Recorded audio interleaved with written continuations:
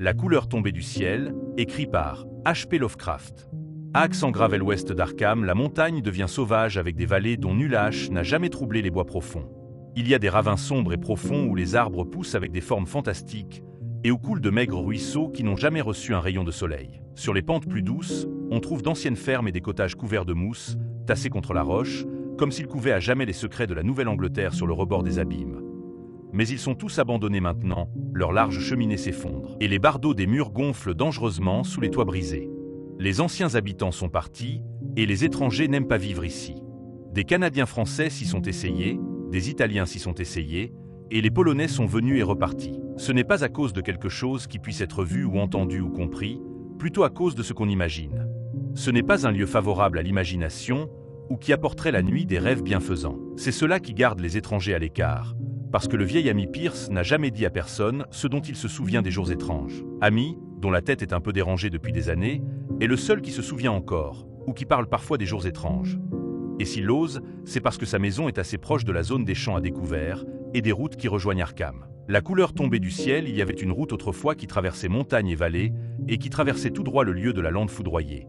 Mais les gens cessèrent de la prendre et une nouvelle route fut tracée, qui faisait un large écart par le sud. On peut retrouver les traces de l'ancienne dans la végétation qui retourne à l'état sauvage, et quelques-unes de ces traces subsisteront même quand la plupart des creux seront inondés pour le nouveau barrage. Alors les bois sombres seront rasés, et la lande foudroyée sombrera loin sous les eaux bleues, dont la surface reflètera le ciel et miroitera dans le soleil. Et les secrets des jours étranges seront enfouis parmi les plus profonds secrets, avec les légendes cachées du vieil océan et tous les mystères de la terre originelle. Quand j'arrivais à ces montagnes et vallées pour surveiller le nouveau barrage, ils me dirent que le lieu était maléfique. Ils me le dirent à Arkham, et parce que c'est une très vieille ville pleine de légendes et sorcelleries, je pensais que ce maléfique venait de ce que les grands-mères chuchotaient aux enfants depuis des siècles. L'appellation « lande foudroyée » me semblait très théâtrale et bizarre, et je me demandais comment cela s'était intégré au folklore d'un peuple si puritain. Puis je découvris moi-même, à l'ouest, ce sombre enchevêtrement de vallons et collines, et cessai de m'étonner de quoi que ce soit d'autre que son propre et ancien mystère. C'était un matin quand je le découvris, mais l'ombre ici menaçait en permanence.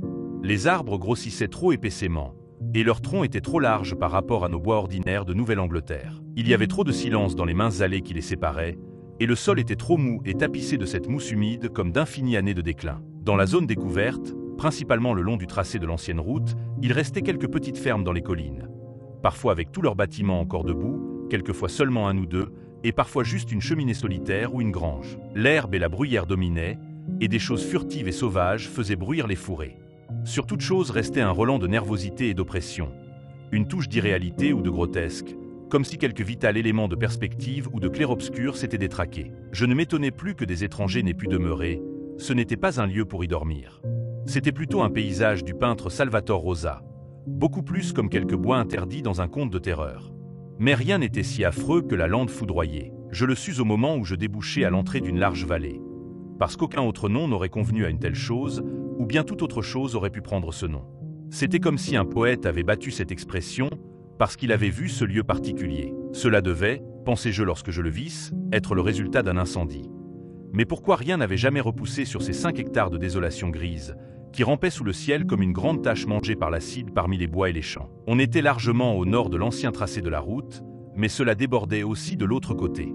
Je perçus une forte répugnance à en approcher, et ne l'entrepris que parce que mon métier m'y amenait et me forçait à le traverser. Il n'y avait aucune végétation de quelque sorte sur cette vaste étendue, mais rien qu'une fine poussière ou cendre grise dont il semblait que jamais aucun vent n'avait tenté de la souffler. Les arbres alentours semblaient malades et distordus, et beaucoup de troncs morts étaient restés debout ou pourrissaient dans les fossés. Comme je traversais sans traîner, je croisais les briques et pierres écroulées d'une vieille cheminée et d'un cellier sur ma droite, et la gueule noire et bâillante d'un puits abandonné dont les vapeurs stagnantes jouaient d'étranges tours dans le halo de la lumière du soleil. Même la longue pente sombre du bois grimpant au-delà semblait accueillante par contraste, et je ne m'étonnais plus des chuchotements épouvantés des gens d'Arkham. Il n'y avait pas d'autres maisons ou ruines à proximité. Même dans les anciens jours, le lieu avait dû être solitaire et isolé. Au crépuscule, redoutant d'avoir à retraverser cet endroit de mauvais augure, je fis le détour pour revenir à la ville par la boucle de la route contournant par le sud. Je rêvais vaguement que paraissent des nuages, comme si une étrange timidité à propos de l'immense et profond vide du ciel s'était incrustée dans mon âme. Ce soir-là, j'interrogeai quelques vieilles personnes d'Arkham sur la lande foudroyée, et ce qu'on entendait par l'expression « jours étranges » qu'on murmurait de façon si évasive. Et je ne pus cependant en obtenir nulle réponse, Or le fait que tout ce mystère était bien plus récent que ce que Jean avait supposé. Ce n'était pas du tout dû à une vieille légende, mais appartenait au temps même de ceux avec qui je parlais. C'était arrivé dans les années 1880, et une famille avait disparu ou avait été tuée. Les témoins étaient flous, et parce que tout me dire de ne pas accorder d'attention aux histoires folles du vieil ami Pierce, je partis à sa recherche dès le lendemain matin, ayant entendu dire qu'il vivait seul, dans une vieille cabane chancelante, là où les bois recommençaient à se faire si épais. Un lieu effroyablement archaïque, et qui avait commencé à exhaler les miasmes et l'odeur qui traînent autour des maisons qui ont duré trop longtemps.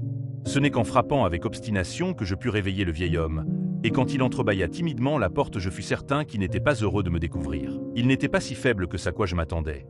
Mais ses yeux s'affaissaient d'une façon curieuse, et ses vêtements sans soin et sa barbe blanche lui donnaient un air très las et lugubre. J'alléguai faussement une raison professionnelle, lui parler de ma surveillance, et poser quelques questions générales sur la région. Il était beaucoup plus intelligent et bien plus éduqué que ce que j'avais été amené à penser, et, avant que je m'en sois aperçu, il avait saisi bien plus du sujet que n'importe lequel des gens avec qui j'avais échangé à Arkham. Il n'était pas comme les autres ruraux que j'avais rencontrés dans les zones où seraient les réserves du barrage. Il ne protestait pas, lui, à propos des kilomètres de vieilles forêts et terres arables qui seraient noyées, même si peut-être sa maison ne serait pas hors de la limite des rives du futur lac. Un soulagement, c'est tout ce qu'il montrait. Un soulagement à la ruine des anciennes et sombres vallées où il avait passé toute sa vie. Elle serait mieux sous les eaux, désormais, mieux sous les eaux, après les jours étranges. Et après ce début, sa voix enrouée devint grave, tandis que son buste se penchait en avant et que son index droit s'agitait de façon impressionnante. C'est alors que j'appris l'histoire, et tandis que la voix se perdait, raclait, sifflait, moi je frissonnais encore et encore en dépit de la chaleur de l'été. Soven Jayavis a Romaner lookinter de SES digressions. Louis Fair preciser quelques points signed a fix chuil and econosade k par en mémoire evanescent en paraquat reprenant de vieux rabachages professorox. O you sauter de fosses entiers la son sens de la logique et de la continuité cité and effondres. Quand c'était le cas, je ne m'étonnais pas que son esprit se fût ébréché un peu, ou que les gens d'Arkham n'aimaient pas parler de la lande foudroyée. Je revins à mon hôtel avant que le jour tombe, ne souhaitant pas que s'éclairent au-dessus de moi les étoiles dans le vide. Et le jour suivant, je revins à Boston donner ma démission. Il ne me serait pas possible de revenir dans ce vague chaos de vieilles forêts et collines, ou me trouver à nouveau face à cette lande foudroyée toute grise, où le puits noir et profond bâillait près des briques et pierres effondrées. Le barrage serait bientôt construit, et tous ces vieux secrets seraient à l'abri pour toujours sous quelques brasses d'eau. Mais même ainsi, je ne crois pas que j'aimerais visiter de nuit ce pays, du moins quand les sinistres étoiles paraissent, et rien ne pourrait me forcer à boire de la nouvelle eau de la ville d'Arkham. Tout avait commencé, avait dit le vieil ami, avec le météorite. Avant ce temps-là, il n'y avait plus une nulle légende sauvage depuis les procès des sorcières, et on craignait ces bois qui filaient vers l'ouest bien moins que la petite île du Mescatonique où le diable tenait son tribunal sur un curieux autel de pierre plus vieux que les Indiens. Il n'y avait pas de bois hanté, et leur fantastique crépuscule n'avait jamais été terrible jusqu'à ce que viennent les jours étranges. Alors avait surgi un midi ce nuage blanc, cette chaîne d'explosions dans l'air, et cette colonne de fumée venue de la vallée loin depuis les bois. Et, à la nuit, tout Arkham avait entendu ce grand rocher qui tomba du ciel et se logea dans le sol près du puits de la ferme de Nahum Gardner. C'était la maison tout auprès d'où la lande foudroyée s'étendrait, la coquette et blanche maison de Nahum Gardner, entourée de son potager fertile et de ses arbres fruitiers. Nahum s'était précipité en ville pour raconter la pierre qui était tombée et avait croisé Amy Pierce en chemin.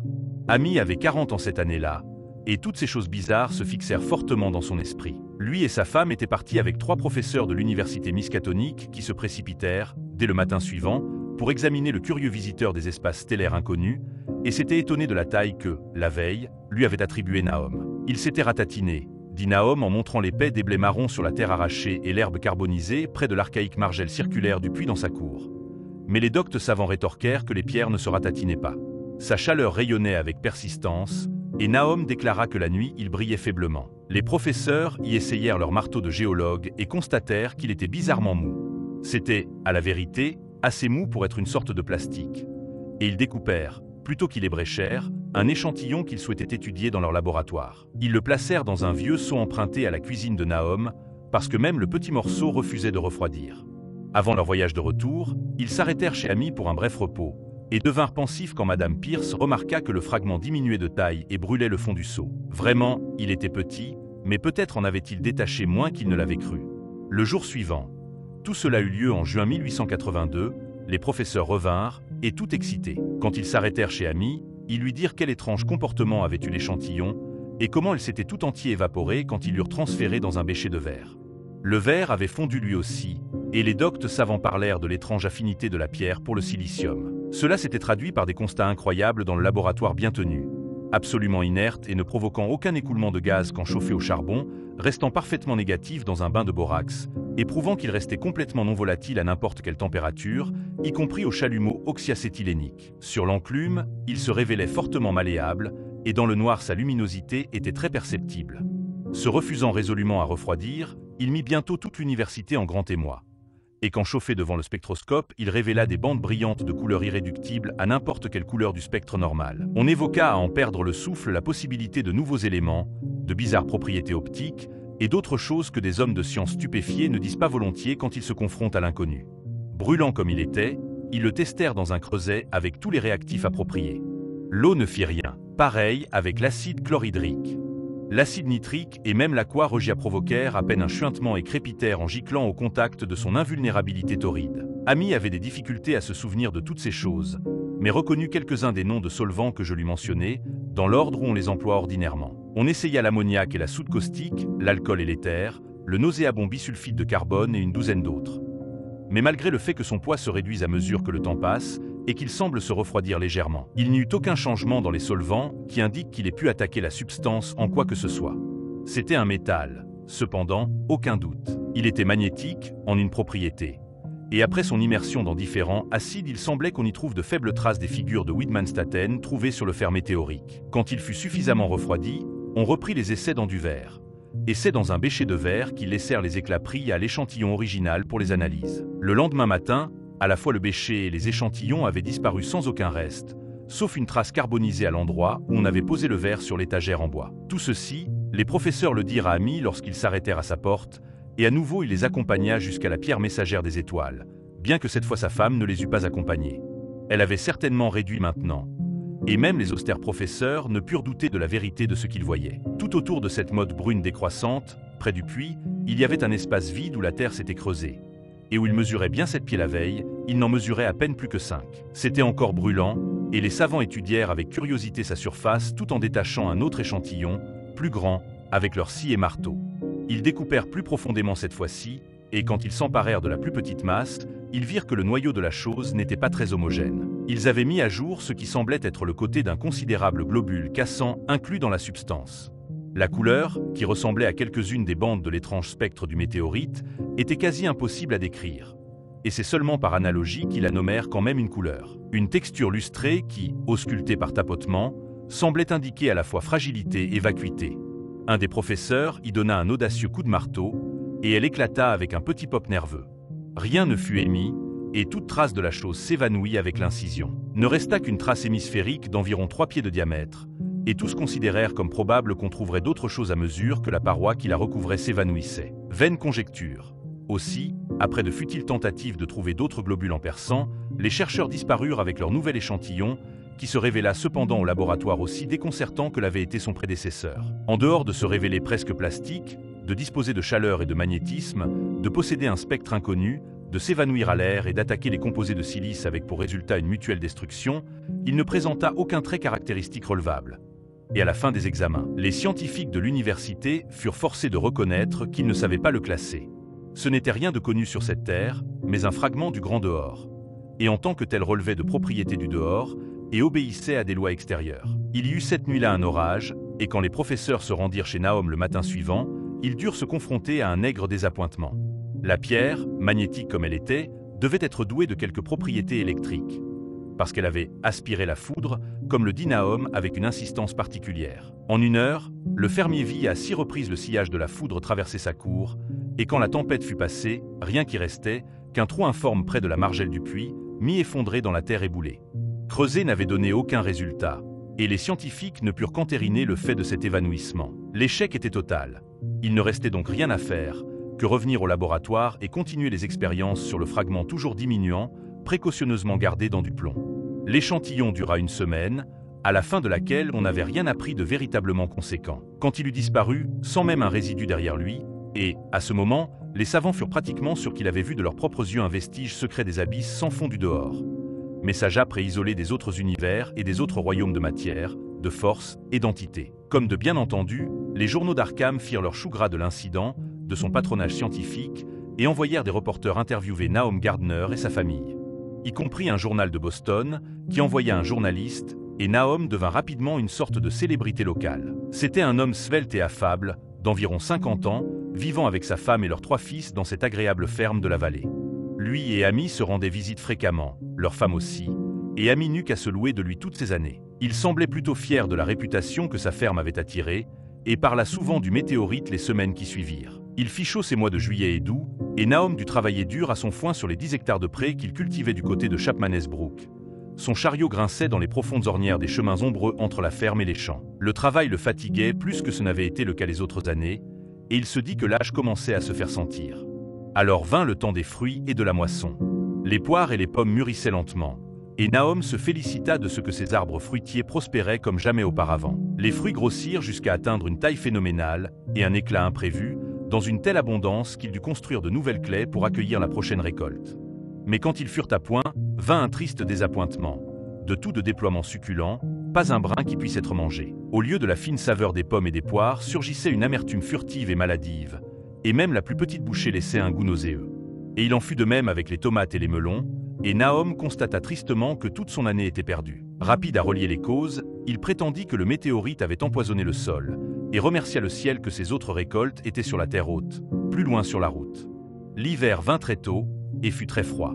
Amy vit Nahom moins souvent qu'auparavant, et remarqua qu'il avait l'air soucieux. Le reste de sa famille aussi, et tous semblaient devenus taciturnes. Et ils ne venaient plus qu'irrégulièrement faire leurs devoirs à l'église, ou participer aux différentes activités sociales de la région. À cette réserve ou mélancolie, on ne trouva aucune cause, bien que toute la maisonnée ait confessé ici et là que leur santé n'était pas vaillante et ressentir un vague sentiment d'inquiétude.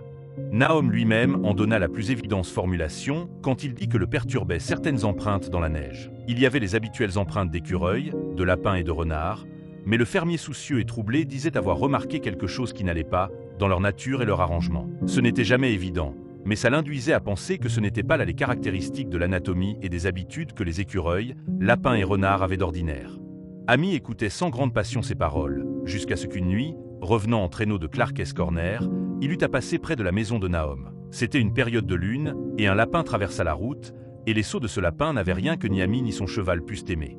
Ce dernier, même, se serait enfui au galop si les rênes n'avaient pas été maintenues d'une main ferme. Alors Amy prit au sérieux ce que disait Nahom, et se demanda pourquoi les chiens de Gardner semblaient si effrayés et tremblants chaque matin.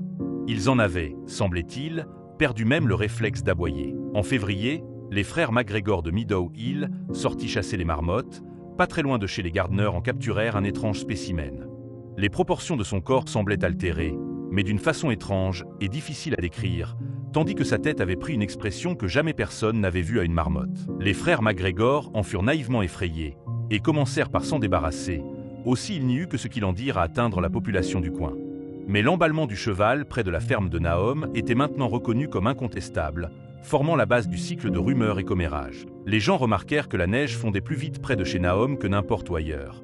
Et en mars, il y eut une discussion craintive dans le magasin des Potter à Clark's Corner. Stephen Rice était passé près de chez les Gardner le matin et avait remarqué les plants de choux émergeant des champs entre les bois et la route. On n'en avait jamais vu de cette taille auparavant, et ils étaient d'une étrange couleur qu'on ne pouvait décrire d'aucun mot. Leur forme était monstrueuse, et le cheval avait frémi en sentant une odeur qui frappa Stephen comme jamais perçue. Le même après-midi, plusieurs personnes se rendirent pour observer ces pousses anormales, et tous convinrent que jamais des plantes de cette sorte ne viendraient à pousser dans un monde sain. On évoqua incidemment les fruits avariés de l'automne précédent, et passa de bouche à bouche l'idée que la terre appartenant à Nahom était corrompue. Bien sûr, c'était le météorite. Et, se souvenant de comment les universitaires avaient trouvé la pierre étrange, plusieurs fermiers évoquèrent le cas avec eux. Un jour, ils se rendirent en délégation chez Nahom. N'ayant pas de goût pour les contes inventés et le folklore, ils furent très pragmatiques dans ce qu'ils inférèrent. Les plants étaient certainement bizarres, mais tous les plants de choux ont plus ou moins des formes bizarres, et pareil l'odeur et la couleur. Peut-être que tel élément minéral venu de la pierre avait contaminé le sol, mais ce serait bientôt délayé et lavé. Et comme pour les empreintes et les réactions des chevaux, bien sûr c'était surtout des ragots qu'un phénomène comme l'aérolite ne pouvait qu'engendrer. Il n'y avait rien que des hommes sérieux puissent faire en cas de commérage idiot, que des ruraux superstitieux lanceraient, prêts à tout croire. Et cela fit aussi que pour toute la durée des jours étranges, les savants restèrent à l'écart, méprisants.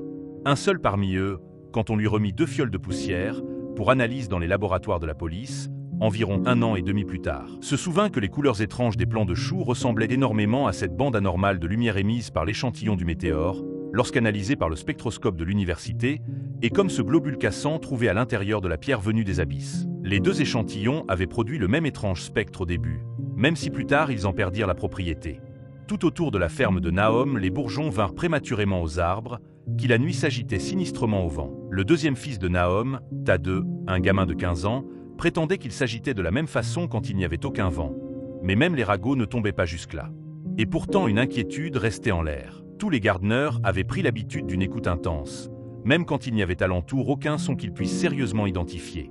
Une écoute qui tenait plutôt à ces moments où la conscience semblait glisser à moitié. Mais malheureusement ces moments augmentaient de semaine en semaine, jusqu'à ce qu'il soit habituel de se dire qu'il y avait quelque chose de travers avec la famille de Nahom. Quand fleurirent les premiers saxifrages, ils étaient eux aussi d'une couleur étrange. Pas celle des plants de choux exactement, mais jamais ceux qui les virent ne purent les relier à quelque chose de connu. Nahom en prit quelques fleurs et les emmena à Arkham pour les montrer au rédacteur de la Gazette. Mais ce grand homme ne fit rien d'autre qu'en tirer un billet humoristique, dans lequel les peurs noires des ruraux étaient considérées avec un ridicule à peine poli. Ça avait été une erreur pour Nahom de raconter à un citadin enraciné la façon dont les moriaux, ces noirs papillons de la saxifrage, étaient devenus géants. Avec avril vint une sorte de folie dans le pays, et on cessa d'utiliser la route qui passait devant chez Nahom, jusqu'à l'abandonner totalement. C'était la végétation. Tous les arbres fruitiers fleurirent dans des couleurs étranges, et à travers le sol pierreux de la cour et les pâturages voisins surgirent des plantes bizarres que seul un botaniste aurait pu relier à l'habituelle flore de la région. Aucune couleur saine ou agréable à voir nulle part, sauf l'herbe et les feuillages.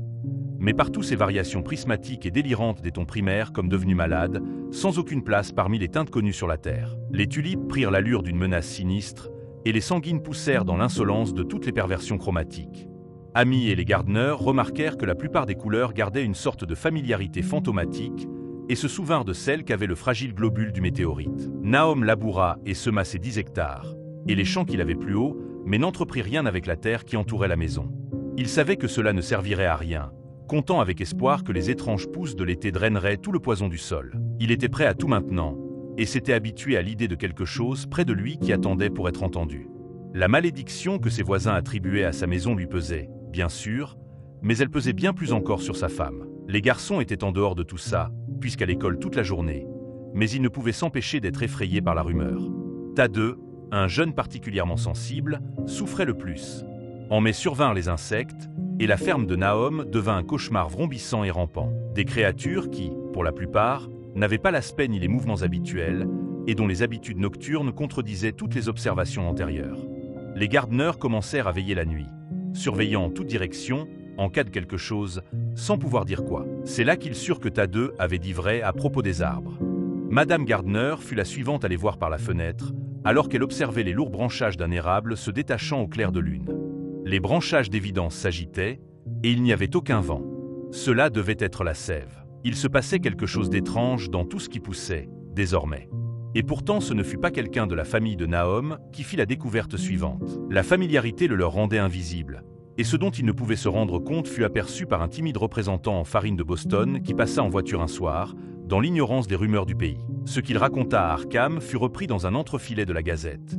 Et c'est ainsi que l'apprirent tous les fermiers, et Nahom le premier. La nuit avait été sombre et la lampe de son cabriolet insuffisante. Mais près d'une ferme de la vallée, et tout le monde en lisant sut que c'était celle de Nahom, l'obscurité s'était faite moins dense. Une luminosité faible mais bien distincte semblait présente dans toute la végétation, l'herbe, les feuilles et les fleurs, tandis qu'à certains instants un éclat détaché de cette phosphorescence sembla briller furtivement dans la cour près de la grange. L'herbe jusqu'ici avait semblé à l'écart, et on laissait les vaches brouter librement dans le champ jouxtant la maison, mais vers la fin le lait se fit aigre. Et quand Nahom eut reconduit les bêtes à son champ du haut, le dommage cessa. Le changement dans l'herbe et les feuillages devint perceptible peu de temps après. Tout ce qui était vert devenait gris et développait une haute et singulière qualité de brillance. Amy était la seule personne qui continuait désormais de leur rendre visite, et puis ce fut de moins en moins. Une fois l'école terminée, les Gardner furent virtuellement coupés du monde et quelquefois demandaient à Amy de faire leurs courses en ville.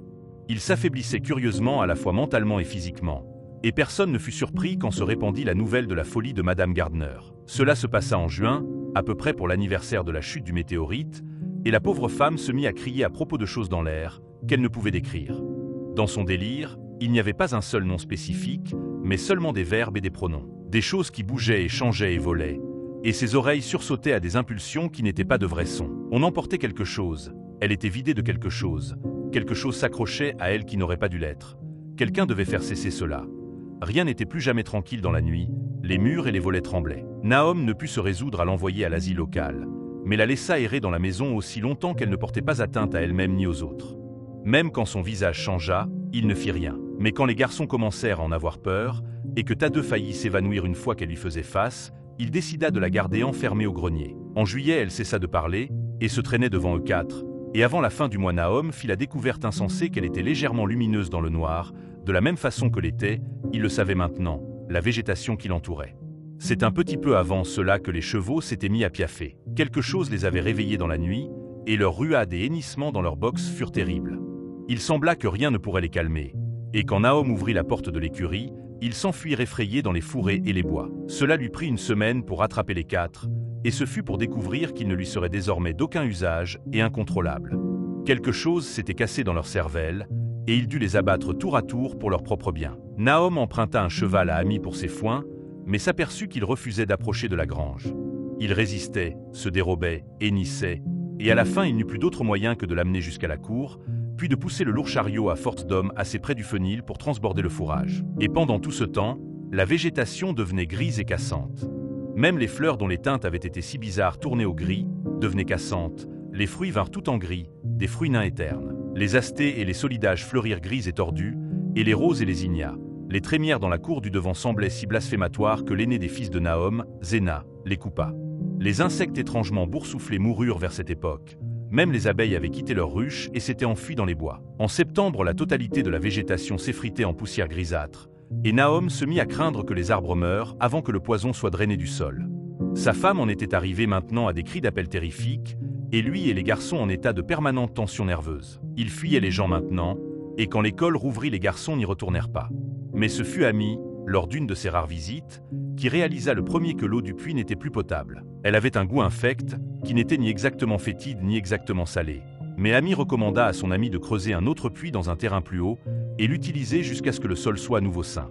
Nahom pourtant ignora l'avertissement, et il s'était en ce temps-là replié sur des choses étranges et déplaisantes. Lui et les garçons continuaient à utiliser l'eau polluée, la buvant par réflexe et avec autant d'apathie qu'ils mangeaient leur maigre repas mal cuit qui faisait la routine ingrate et monotone de leur jour sans but. Il y avait quelque chose d'une impassible résignation pour eux tous, comme s'ils marchaient dans un autre monde, entre les rangs de gardes sans nom, vers une perte certaine et familière.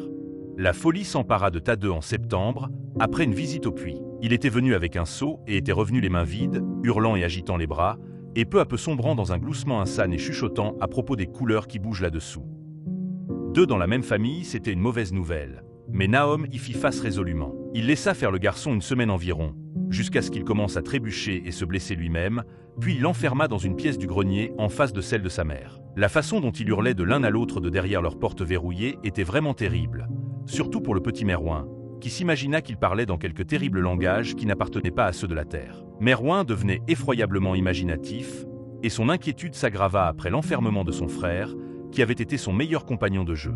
Une vague de mortalité se répandit dans la basse-cour au même moment à peu près. Les poulets devenaient gris et mouraient très vite, et on leur trouvait une chair sèche et immonde quand on la coupait. Les cochons prirent extraordinairement de la graisse, puis soudainement furent affectés de changements détestables que personne ne put expliquer. Leur chair était bien sûr inconsommable, et Nahom était à bout de sens. Aucun vétérinaire du coin ne voulait plus venir chez lui, et le vétérinaire de la ville d'Arkham était ouvertement déconcerté. Les porcs commencèrent aussi à devenir gris et cassants et tomber en morceaux avant même de mourir, et leurs yeux et leurs museaux développèrent des aberrations singulières. C'était totalement inexplicable, parce qu'ils n'avaient jamais été nourris avec les fourrages pollués. Puis quelque chose contamina les vaches. Certaines parties de leur corps, ou parfois le corps tout entier se ratatinait ou se rétrécissait étrangement, entraînant d'atroces dislocations ou désintégrations. En dernier ressort, et il en résultait toujours la mort, il y avait ce mystère de devenir gris et cassant comme ce qui était arrivé au porc. Il ne pouvait être question de poison, parce que tous les cas s'étaient produits dans une étable verrouillée et au calme. Pas de morsure ni de parasite qui aurait pu apporter un virus, et quelle bête vivante au monde pouvait traverser un obstacle solide? Ce ne pouvait être qu'une maladie naturelle. Mais quelle maladie pouvait induire de tels résultats au-delà de toute idée humaine? Quand vint le temps de la moisson, il n'y avait pas un animal à survivre dans les environs, parce que le bétail et la volaille étaient morts, et que les chiens s'étaient enfuis. Ces chiens, au nombre de 3, s'étaient tous enfuis une nuit et on n'avait plus entendu parler d'eux. Les 5 chats étaient partis quelque temps auparavant, mais on s'aperçut à peine de leur départ puisqu'il n'y avait plus de souris à attraper et que seule Madame Gardner avait apprivoisé ces élégants félins. Le 19 octobre, un Nahom chancelant entra dans la ferme d'Amy avec une nouvelle tragique. La mort avait pris le pauvre Tadeu dans son grenier et elle s'était produite d'une façon qui ne pouvait être racontée.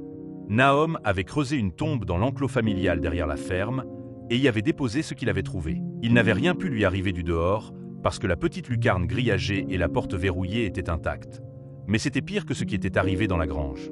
Amy et sa femme consolèrent l'homme effondré du mieux qu'ils le purent, mais tremblaient en le faisant. La terreur la plus directe semblait encercler les Gardner et tout ce qu'ils touchaient, et la seule présence de quelqu'un dans la maison était le souffle de contrées innommées et innommables. Amy raccompagna Nahom à contre-cœur et fit ce qu'il put pour calmer les sanglots hystériques du petit Merouin. Zéna n'avait pas besoin d'être calmé. Il était assez attardé pour ne rien faire que rester là et obéir à ce que son père lui disait. Et Amy pensa que c'était une belle pitié du destin. Plusieurs fois, des cris sanglots répondirent faiblement à ceux de Merouin depuis le grenier, et à son regard interrogateur, Nahom répondit à Amy que sa femme s'affaiblissait beaucoup. Quand vint la nuit, Amy se prépara à partir.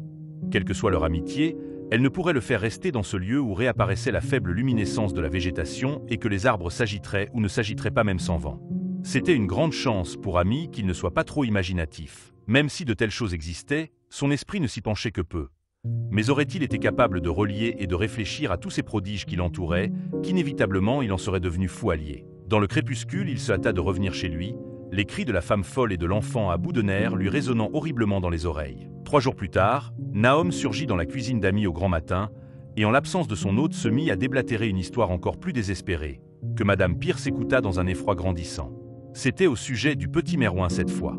Il avait disparu. Il était sorti tard la nuit dernière avec une lanterne et un seau pour chercher de l'eau, et n'était pas revenu. Il s'effondrait de plus en plus depuis des jours, et ne savait plus ce qu'il faisait. Pleurait pour n'importe quoi. Il y avait eu un cri effroyable depuis la cour, mais avant que le père ait atteint la porte, l'enfant s'était envolé. Aucune lumière nulle par alors qu'il était parti avec la lanterne, et de l'enfant lui-même plus de traces. Sur le moment, Nahom pensa que la lanterne et le seau avaient disparu aussi. Mais quand revint le jour, et que le père revint de toute sa nuit de recherche dans les bois et les champs, il s'aperçut d'une chose très curieuse près du puits. Comme si on avait écrasé quelque chose, dont résultait une sorte de masse de fer qui certainement avait été la lanterne. Tandis qu'un tige tordu et un cerceau déformé à côté, les deux à moitié fondus, voilà ce qui semblait rester du seau. C'était tout. Nahom était au-delà de l'imagination. Madame Pierce était blême. Et Amy, quand il fut revenu à la maison et qu'on lui raconta l'histoire, ne pouvait se résoudre à y croire. Merouin avait disparu, et cela ne servirait à rien d'en prévenir les gens alentours, qui fuyaient les Gardner désormais. Pas besoin non plus d'en parler aux gens de la ville à Arkham, qui riaient de tout cela. Tad était mort, et maintenant Merouin parti. Quelque chose rampait et rampait, attendant d'être vu, entendu et senti. Ce serait bientôt le tour de Nahom, et il voulait qu'Amy veille alors sur sa femme et sur Zéna, s'il lui survivait. Ce devait être une sorte de jugement, même s'il ne pouvait deviner pour quelle faute, et qu'il avait toujours marché droit selon les règles du Seigneur, pour ce qu'il en savait. Les 2 semaines suivantes, Amy n'eut pas de nouvelles de Nahom.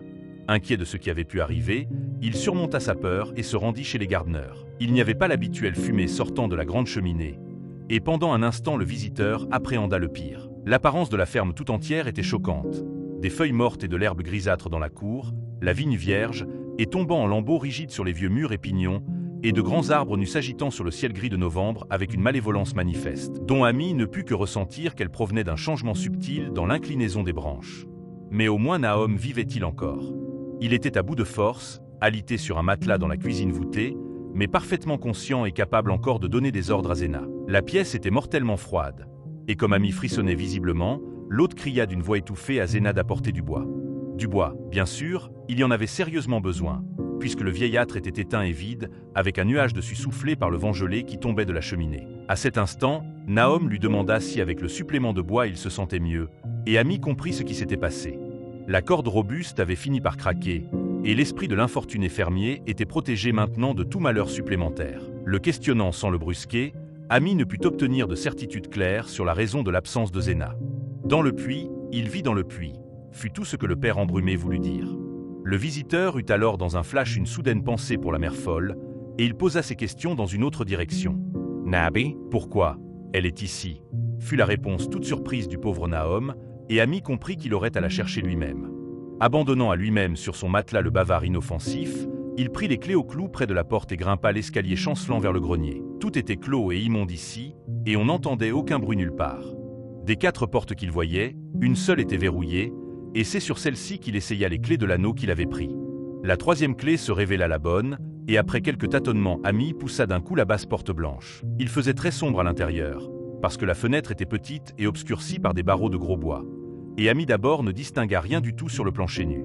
La puanteur était terrible, et avant d'entrer plus loin, il eut à revenir dans la pièce voisine et se remplir les poumons d'air respirable. Quand il entra de nouveau, il vit quelque chose de sombre dans le coin, et quand il l'aperçut, il cria carrément.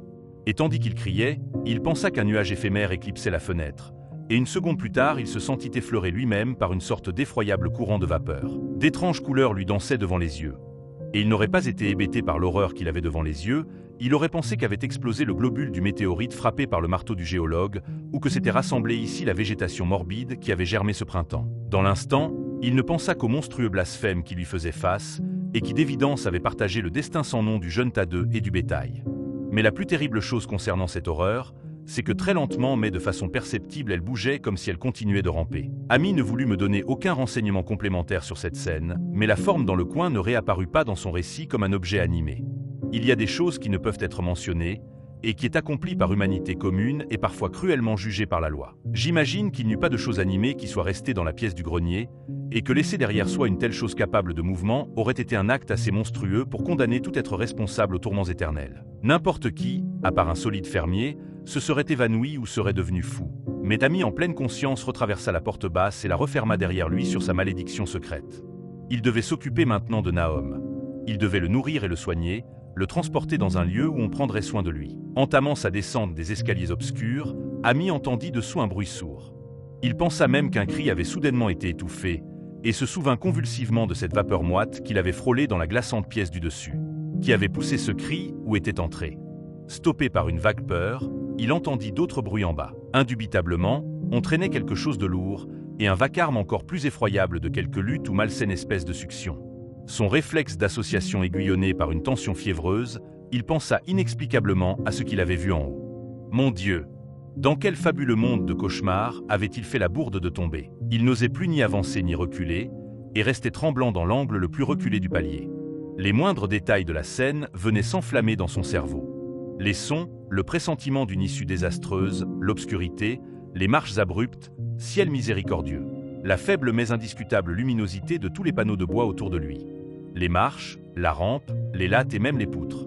Alors survint le fantastique hennissement du cheval d'Amy resté dehors, suivi aussitôt d'un bruit de galop qui signifiait une fuite éperdue. En un moment, le cheval et son cabriolet étaient hors de portée de l'oreille, abandonnant l'homme terrorisé dans son escalier noir, à tenter de deviner ce qui s'était passé. Mais ce ne fut pas tout. Survint un autre bruit du dehors. Une sorte d'éclaboussure liquide, de l'eau, ce devait être le puits. Il avait laissé Hérault tout auprès sans l'attacher, et une roue du cabriolet avait dû frôler la couronne du puits et faire tomber une pierre. Et à nouveau la pâle phosphorescence dans tous ces panneaux de bois. Dieu, que cette maison était vieille. Pour le gros œuvre au moins datant de 1670, et le toit mansardait pas après 1730. Il perçut distinctement un faible grattement sur le plancher du rez-de-chaussée, et Amy agrippa plus fermement un lourd gourdin qu'il avait ramassé dans le grenier au cas où. Reprenant lentement contrôle de ses nerfs, il termina sa descente et se dirigea hardiment vers la cuisine. Mais ce ne fut pas la peine d'aller au bout, parce que ce qu'il y cherchait n'était plus là. C'était venu à sa rencontre, et c'était encore vivant à sa manière. Si cela rampait, ou si c'était remorqué par une force extérieure, Amy n'aurait pu le dire, mais la mort s'en était emparée. Tout s'était passé dans la dernière demi-heure, mais l'affaissement, le gris, la désintégration avaient déjà fait leur ouvrage. Il y eut un horrible bruit de cassure, et des fragments secs s'écroulèrent. Amy ne pouvait le toucher, mais regardait horrifié cette parodie distordue de ce qui avait été un visage. « C'était quoi, Nahom? C'était quoi » cria-t-il, et les lèvres fendues, gonflées furent juste capables de crépiter leur ultime réponse. « Rien, rien, la couleur, ça brûle, c'est froid mouillé mais ça brûle. Ça vide en puits, je l'ai vu, un genre fumé, juste comme les fleurs le printemps dernier, puis brille la nuit. Tad, et Mernis et Zéna, tous ils vivent, ça bouffe la vie de tout, dans cette pierre, ça doit venir de cette pierre, empoisonne tout autour. C'est pas ce que ça veut. Ce truc rond que ces types de l'université ont trouvé dans la pierre, quand ils l'ont éclaté, c'était la même couleur. Juste pareil, comme les fleurs et les plantes. Doit y en avoir d'autres? Des germes, graines. Ils poussent, les ai vus la première fois là cette semaine. ont dû tirer fort pour Zena, un garçon tout grand, plein de vie, ça t'assomme l'esprit et te le vole. Te brûle, dans l'eau du puits, t'avais raison là-dessus, putain d'eau. Zena n'est jamais revenue du puits, a plus pu en sortir. Te tire. Tu sais que quelque chose va arriver, mais ça sert à rien. Je l'ai vu au moment où ça a pris Ena, et pour Nabi, ami, j'ai plus ma tête. Je sais plus depuis combien de temps je l'ai plus nourri. Ça l'attrapera aussi si on ne fait pas attention. Rien qu'une couleur. Sa figure commence à briller de cette couleur quand c'est la nuit, et ça brûle et ça suce. Ça vient d'un endroit où les choses ne sont pas comme ici. Un des savants il disait ça aussi. Il avait raison, méfie-toi, ami, ça peut sucer plus, ça suce la vie. Et ce fut tout. Ceux qui avaient parlé ne parleraient plus, parce que cela s'était complètement effondré. Ami ramassa une nappe rouge et la posa sur ce qui restait, puis ouvrit la porte arrière donnant sur les champs. Il grimpa la colline jusqu'au pâturage d'en haut et revint chez lui par la route nord et les bois. Il n'avait pu se résoudre à passer près du puits qui avait effrayé son cheval. Il l'avait examiné de derrière la fenêtre et constaté qu'aucune pierre ne manquait à la margelle, ce qui signifiait que son cabriolet entraîné n'avait rien heurté du tout. L'éclaboussure provenait d'autre chose. Quelque chose qui s'était jeté dans le puits a presque fait au pauvre Nahom. Quand Ami réapparut chez lui, le cheval et le cabriolet étaient revenus depuis longtemps, jetant sa femme dans les griffes de l'angoisse. La rassurant sans rien lui expliquer, il repartit aussitôt pour Arkham et déclarait aux autorités que la famille Gardner n'était plus. Il n'entra dans aucun détail, mais parla principalement de la mort de Nahom et de Nabi, celle de Tadeu étant déjà enregistrée, et suggéra que la cause en semblait la même affection qui avait tué leur bête. Il déclara aussi que Merwin et Zena avaient disparu. Il fut soumis à un long interrogatoire au poste de police, et à la fin on demanda à Ami de conduire 3 agents à la ferme des Gardner, accompagnés du coroner et du médecin légiste, enfin du vétérinaire qui avait traité les animaux malades. Il le fit malgré sa volonté, parce que l'après-midi s'avançait et qu'il craignait la tombée de la nuit en ce lieu maudit, même si c'était plus rassurant d'avoir autant de monde avec lui. Les 6 hommes suivirent son cabriolet dans leur propre fiacre et arrivèrent sur les 4 heures à la ferme infectée. Même familier des expériences les plus épouvantables, aucun des agents ne put rester insensible à ce qu'ils trouvèrent dans le grenier et sous la nappe rouge sur le plancher du rez-de-chaussée. L'aspect même, tout entier, de la ferme dans sa désolation grise était terrible en soi, mais ces 2 débris rampants étaient au-delà de toute limite. Aucun d'eux pour supporter de les regarder longtemps, et même le médecin légiste admit qu'il disposait de bien peu pour son examen. Bien sûr, des prélèvements furent effectués pour analyse, et il se mit en mesure de les obtenir. Et il semble qu'une étrange conséquence survint au laboratoire de l'université à laquelle on soumit finalement les 2 fioles de poussière. Sous le spectroscope, les 2 prelevements emerent en spectran canu, don liquid la plupart de res déconcertants étaient exactement les mêmes que celles notis lors de l'analyse de l'étrange météorite l'année précédente. Et cette propriété d'émettre un spectre disparut au bout d'un mois, la poussière consistant seulement ensuite en phosphates alcalins et carbonates. Ami n'aurait rien dit aux agents de ce qui concernait le puits s'il avait pensé qu'il voudrait s'en mêler tout de suite. On arrivait au crépuscule, et il était anxieux de repartir. Mais il ne pouvait s'empêcher de regarder nerveusement la margelle sous son manteau arrondi, et quand un agent l'interrogea, il admit que Nahom redoutait quelque chose là en bas, et tellement qu'il n'avait jamais osé le fouiller pour y chercher Merwin ou Zena. Après cela, il n'eut plus rien à faire que de le vider et de l'explorer immédiatement, et Ami dut attendre en tremblant tandis que, saut après saut, l'eau fétide était remontée et jetée sur le sol trempé alentour.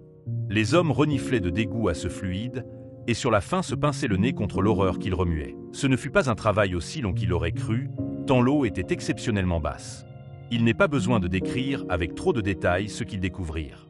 Merwin et Zena étaient là tous deux, bien que les vestiges fussent déjà à l'état de squelette. Il y avait aussi un petit chevreuil et un grand chien dans le même état, et nombre d'os d'animaux plus petits. La vase et la boue au-dessous semblaient inexplicablement poreuses et bouillonnantes. Et un homme qui descendit à la force des mains avec une longue perche trouva qu'il pouvait enfoncer toute la longueur du bois dans le limon visqueux du fond sans rencontrer d'obstacles solides.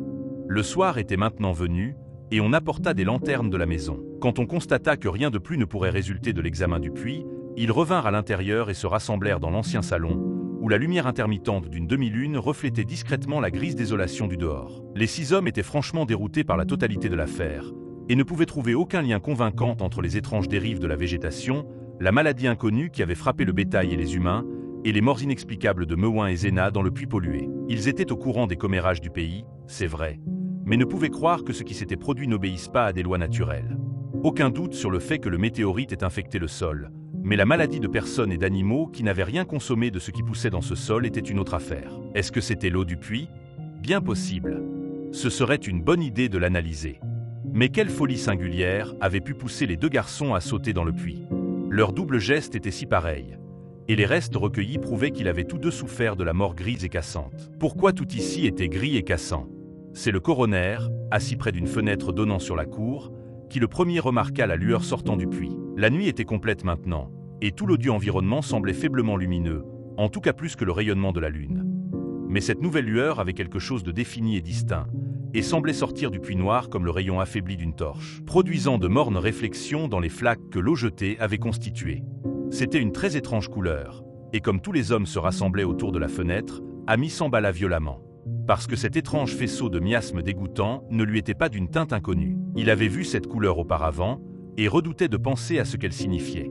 Il l'avait vue dans l'ignoble globule de cet aérolithe 2 étés plus tôt, il l'avait vue dans la végétation folle du dernier printemps, et il avait pensé la revoir un instant ce matin même contre la petite fenêtre à barreaux de cette terrible pièce dans le grenier où des choses sans nom s'étaient produites. Elle était apparue là une seconde, et ce flux de vapeur moite et haïssable qui l'avait effleuré. Après quoi le malheureux Nahom avait été emporté par quelque chose issu de cette couleur. Il l'avait dit à sa toute fin, dit que c'était le globule et les plantes. Après il n'y avait plus eu que l'emballement du cheval dans la cour et l'éclaboussure dans le puits.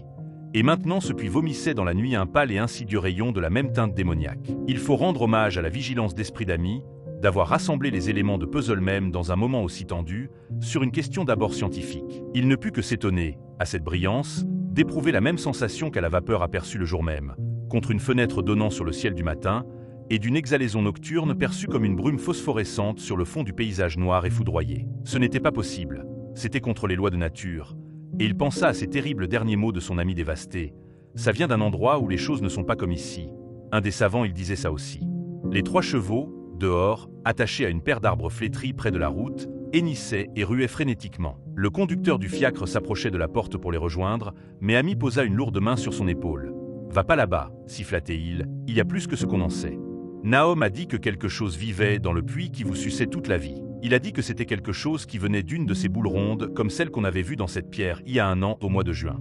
Ça suce et ça brûle, il a dit, et c'est juste un nuage de couleur comme cette lumière là-devant, qu'on voit à peine et qu'on peut pas dire ce que c'est. Nahom, il disait que ça nourrit sur n'importe quoi qui vit et devient plus fort tout le temps. Il a dit qu'il l'avait vu sa dernière semaine. Ça doit être quelque chose d'au-delà du ciel, comme les types de l'université ont dit que la pierre de météore ça l'était. La façon dont c'est fait et la façon dont ça agit, ce n'est pas la façon du bon Dieu. C'est quelque chose de bien plus loin.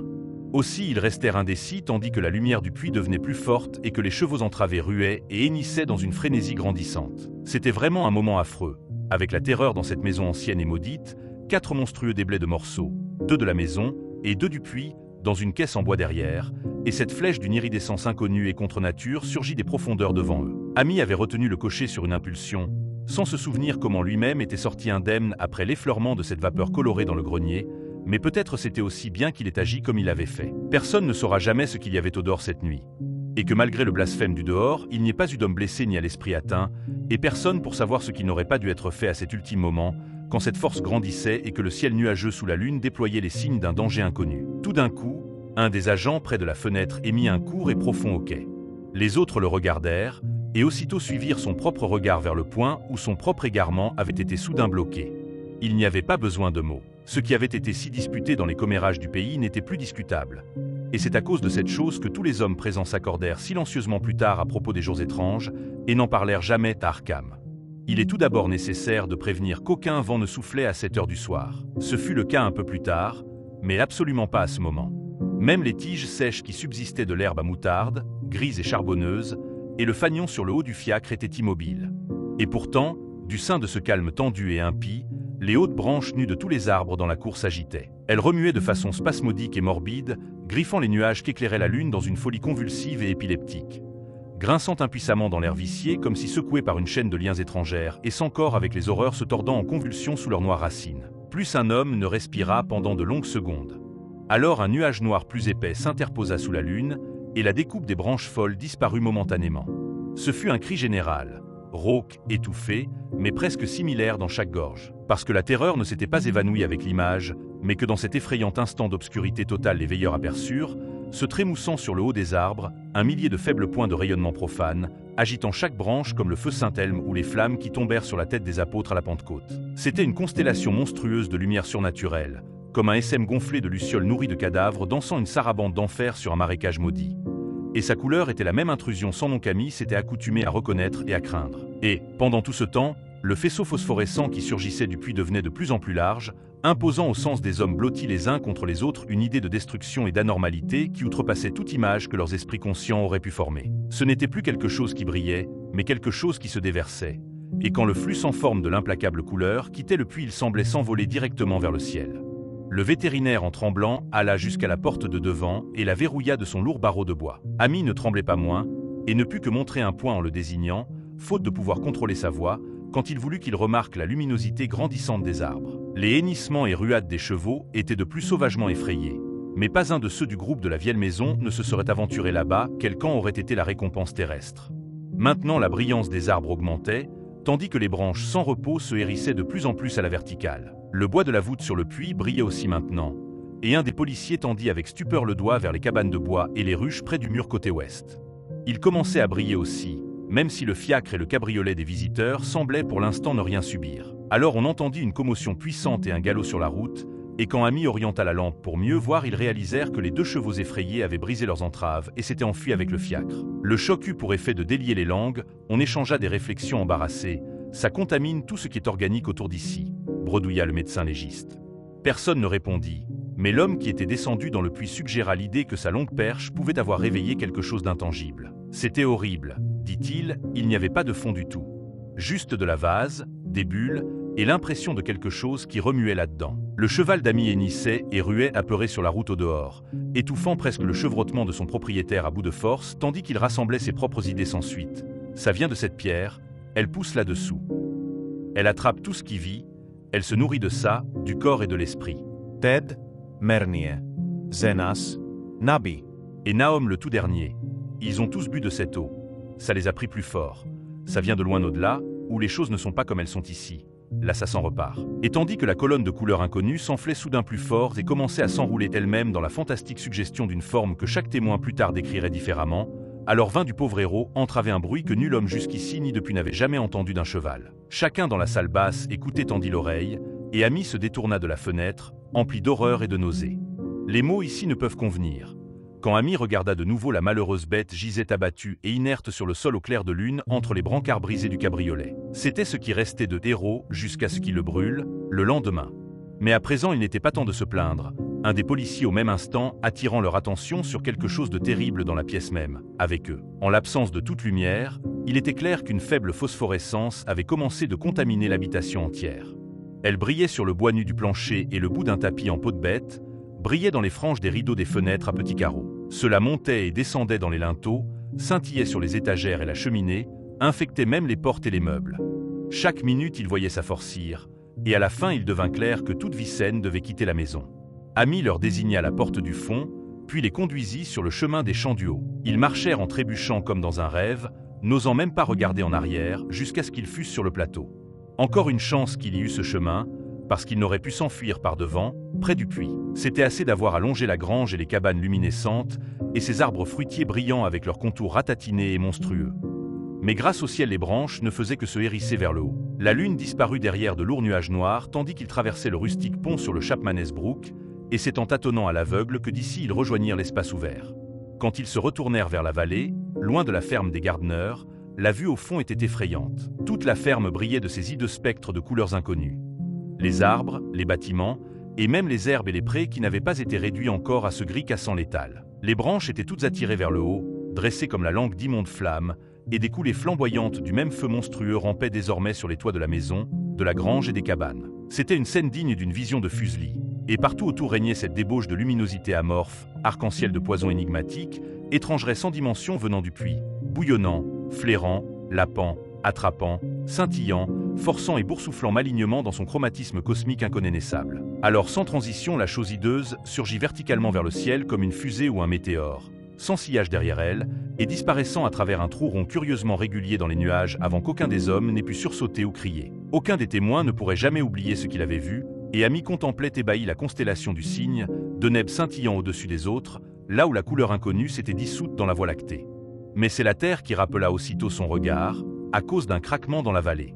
C'était juste ça, juste du bois qui se déchire et qui casse, et pas une explosion, comme le prétendirent plusieurs des autres témoins. Le résultat cependant fut le même, puisque dans un seul instant effréné, kaléidoscopique, surgit de la ferme maudite et condamné à un cataclysme éruptif éblouissant d'étincelles d'une couleur et nuances surnaturelles, brouillant le regard des rares qui le virent, et envoyant au zénith un bombardement nuageux de fragments de telles fantastiques couleurs que notre univers se devait de les renier. Se repliant rapidement dans une seule vapeur, il suivait la grande chose morbide qui avait disparu, et en une autre seconde ils disparurent aussi. Derrière, au-dessous, il n'avait plus qu'une obscurité dans laquelle on n'aurait pas osé se risquer, et levait un vent qui sembla tout balayer de noires rafales gelées surgies de l'espace interstellaire. Cela mugissait et hurlait, et fouetta les champs et les bois distordus dans leur folle frénésie cosmique, jusqu'à ce que les témoins tremblants réalisent qu'il ne servait à rien d'attendre la Lune pour savoir ce qui restait là-dessous de la ferme de Nahom. Trop terrorisés pour risquer des théories, les 7 hommes secoués se dirigèrent vers Arkham par la route du Nord. Amy était le plus atteint de tous, et les supplia d'entrer dans sa propre cuisine, au lieu de repartir tout de suite pour la ville. Il ne souhaitait pas traverser le reste de la nuit, dans les bois tremblants de vent, tout seul dans sa maison au bord de la route principale.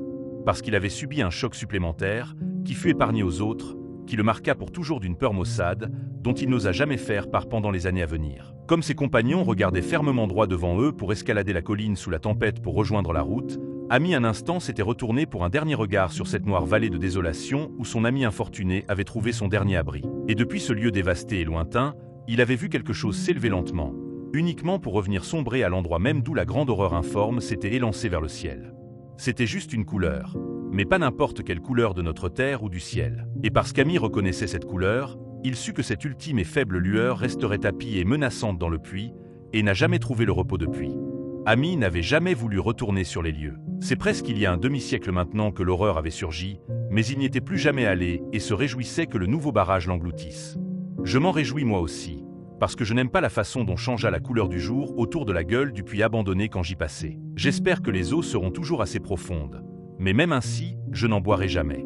Je ne crois pas que je puisse désormais revenir dans le pays d'Arkham. 3 des hommes qui étaient venus avec Amy y retournèrent le matin suivant pour voir les ruines à la lumière du jour, mais il n'y avait pas vraiment de ruines. Seulement les briques de la cheminée, les pierres du cellier, quelques bouts de ferraille ou des déblais minéraux ici et là, et le rebord du puits néfaste. Or le cheval d'Amy qui était mort, et qu'ils tirèrent à l'écart et brûlèrent, lui rapportant le cabriolet, tout ce qui était doté de vie avait disparu. Il restait 5 hectares maudits d'un désert de poussière grise, où plus jamais rien n'a poussé depuis. Jusqu'à ce jour cela s'étale sous le ciel comme une grande tache mangée par l'acide dans les champs et les bois, et les quelques-uns qui ont jamais osé venir le contempler en dépit de la rumeur paysanne l'ont appelé la lande foudroyée. Ces contes de la rumeur paysanne sont bizarres. Ils seraient encore plus bizarres si les gens de la ville et les chimistes de l'université y avaient pris assez d'intérêt pour analyser l'eau du puits abandonné, ou la poussière grise que jamais aucun vent ne semble pouvoir disperser. Les botanistes, aussi, gagneraient à étudier la flore rachitique des bords de la zone, parce qu'ils devraient éclairer le pays sur le fait que la lèpre s'étale, peu à peu, peut-être un pouce par an. Des gens disent que la couleur des prés aux environs n'est pas comme elle devrait au printemps, et que des animaux sauvages laissent d'étranges empreintes dans la légère neige d'hiver. La neige qui ne semble jamais aussi épaisse sur la lande foudroyée qu'elle l'est tout autour. Les chevaux, les quelques chevaux que nous avons gardés à l'âge des moteurs, restent nerveux dans la vallée silencieuse. Et les chasseurs n'osent pas détacher leurs chiens trop près de la tache de poussière grise.